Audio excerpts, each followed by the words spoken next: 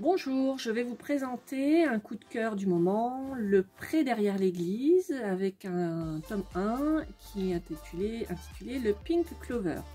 Alors c'est écrit par Chris et Patty. Alors c'est vrai que Chris, on n'a pas l'habitude de le voir dans ce genre de registre, mais ça change un petit peu. Et c'est aux éditions Soleil.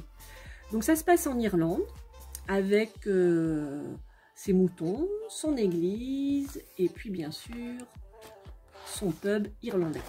Alors le pub ici, d'où le titre, c'est The Pink Clover, et le pub est accolé complètement à l'église.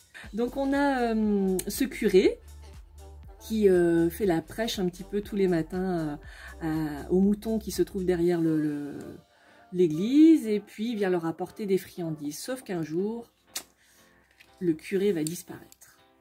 Et alors là, c'est le drame, parce que là, les moutons se demandent ce qui s'est passé. Alors, c'est sous le prisme aussi de tous ces animaux. Il y a aussi un écureuil, un hibou insomniaque, le chien de troupeau. Et donc, les moutons vont mener l'enquête. Alors, bon, là, c'est pas gagné, hein, parce que là, quand même, il y a du niveau chez les moutons.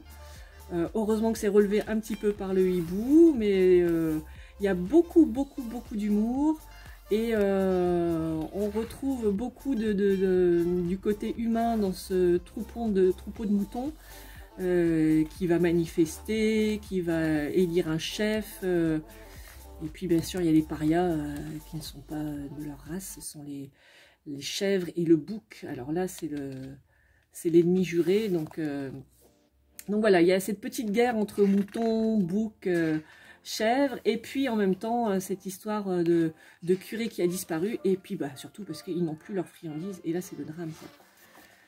Donc on enquête tout au long de la BD, et puis on en vient à comprendre d'où vient le Pink Clover, et puis et pourquoi il a été construit comme ça, et donc je ne vous montre pas la fin non plus bien sûr. Mais c'est un tome 1 qui aurait pu, je pense, se terminer ainsi. Ça aurait très bien pu être une histoire en one-shot, c'est vrai.